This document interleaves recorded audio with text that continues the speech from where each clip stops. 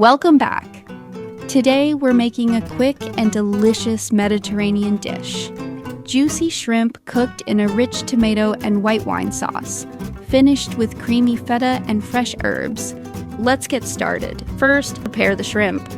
Pat the shrimp dry with paper towels. This helps them cook properly and gives them a better texture when they hit the pan. Next, cook the aromatics. Heat olive oil and butter in a large frying pan over medium heat. Add the minced garlic and cook for about 30 seconds, just until fragrant.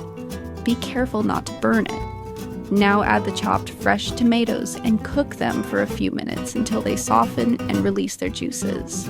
Pour in the white wine and let it simmer for a few minutes so the alcohol cooks off and the flavors start to develop. Stir in the canned chopped tomatoes and let the sauce cook for 10 to 15 minutes. Now it's time to season the sauce. Add oregano, chili flakes if you like a little heat, salt, and black pepper. Stir everything well so the flavors combine. Next, cook the shrimp.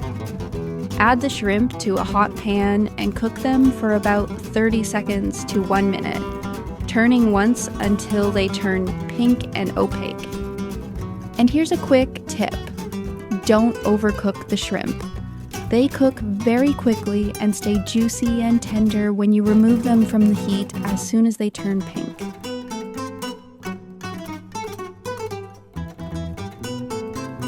Transfer the shrimp into the tomato sauce and gently stir to coat them.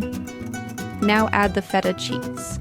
Sprinkle or place the feta over the shrimp and sauce and let it warm and soften for about 1 to 2 minutes, allowing it to slightly melt into the sauce.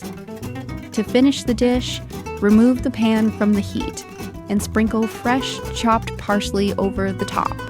Serve immediately with crusty bread to soak up that delicious sauce.